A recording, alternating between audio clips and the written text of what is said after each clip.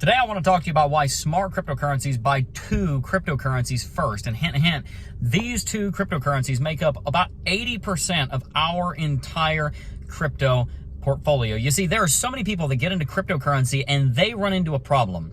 The problem is that they are told by other YouTubers, by influencers, by magazines, by pop culture, by their friend at the water cooler who's flat broke, that the way you get rich in crypto is by picking the right small cap coin. It's by getting in early enough on a new project, and you can make money doing those things. But unfortunately, what happens most of the time is that by the time you've heard of that small cap coin, so is everybody else. And it's only growing because of hype, not because it's actually been massively adopted. And as such, you get in at the top and you end up losing your butt. That happens all the time. This is a horror story I tell people. I had a banker friend of mine call me, I know, paradox, but he's actually a really good guy. Banker friend called me about 3 years ago, I think it was in the later part of 2021, said that he had a friend, he knows of the channel, he said he had a friend that took out a second mortgage on his home to buy Dogecoin.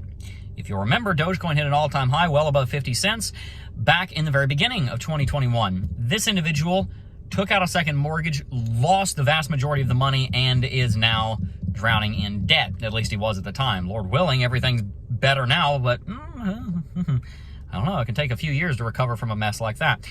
The point is, it's not as simple as you think to get rich. And it is as simple as you think to get rich. So what are the two coins that every wise and responsible cryptocurrency investor holds in their portfolio first and foremost?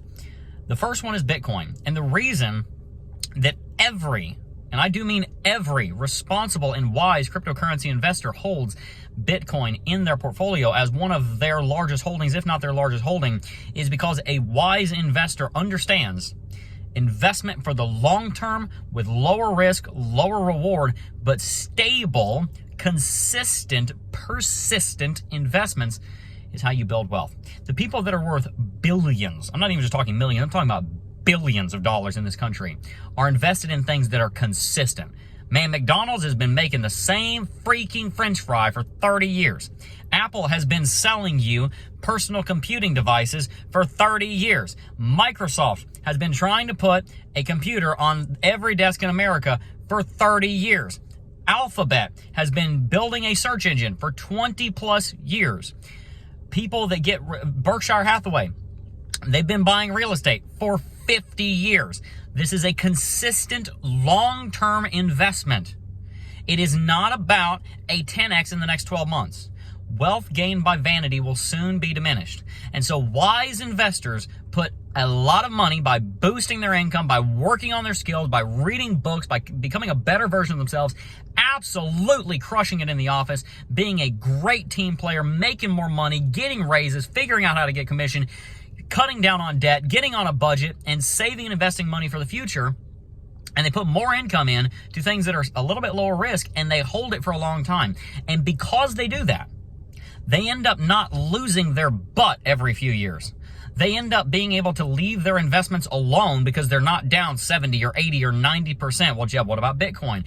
Bitcoin goes down, but Bitcoin is also the leader of the cryptocurrency space. So even though it falls like that, it always comes back and rallies beyond its own all-time high because there is something very seriously valuable about it. Every wise cryptocurrency investor starts with Bitcoin. Feel free to argue with me in the comment section below. You are wrong. A wise crypto investor starts with Bitcoin because it's a hard investment to screw up on so long as you're going to hold it for at least 5 years.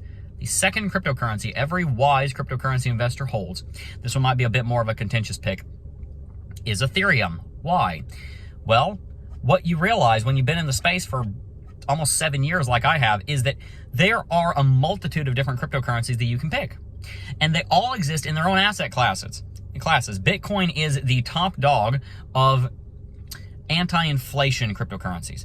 It is the biggest cryptocurrency of all the cryptocurrencies. So it's the top dog of the crypto sector, but also of the subsector of being inflation hardening and long-term store of value coins. Ethereum is the top dog in the category of layer 1 decentralized application and decentralized finance infrastructure, where layer 2 applications are built on top. Here's a statistic for you. The total value locked to market cap ratio on Ethereum is by far and away the lowest ratio of any of the layer 1 applications. Cardano, Avalanche, Solana, and the others. Ethereum is worth about $400 billion right now. It's got about a $50 billion total value lock. That's about an 8-to-1 ratio. Solana is worth $70 billion and has a total value locked of about $3.5 billion. That is a 20-to-1 ratio. For every $1 in TVL, there's $20 in market cap. When you get down to the likes of Cardano and many others, Cardano being worth about $18 billion, about $338 million of TVL, you start getting into more than 100-to-1, more than $100 in market cap to $1 TVL. That is the most important metric for a layer 1 ecosystem, guys. And so when you're dealing with the second most important asset in your portfolio, you want to pick the winner. If Ethereum had the same ratio as Solana, Ethereum would be worth like $8,000 to $10,000 right now. And also, unlike Solana, Ethereum is the investor's pick because Ethereum is actually not even just not inflationary anymore. It's actually seemingly to be deflationary, where the amount of circulating supply is going down. There are two different ways that a layer 1 blockchain can pay its validators or its miners or the consensus workers, if you will. You can pay them in block reward or validator rewards, or you can pay them in fees. Solana has gone the route of having fees very low at the expense of having high inflation. Solana deals with over 10% inflation a year. If you hold Solana for 5 years, you've got to make 50% just to keep up with Solana's own inflation, not including the inflation of the United States dollar that Solana is denominated against, which is probably going to be at least 20% in the next 5 years. So you've got to make 70% on your Solana to break even in the next 5 years. Can you do that? Probably. But is that a risk that I want to take? I got to make 70% just to break even? Not really. I'm holding a lot of Solana. It's our third biggest holding. But I'm holding it for the next 8 to 12 months. I'm taking profits at the top and throwing it back into a cryptocurrency like Bitcoin and Ethereum that are non-inflationary.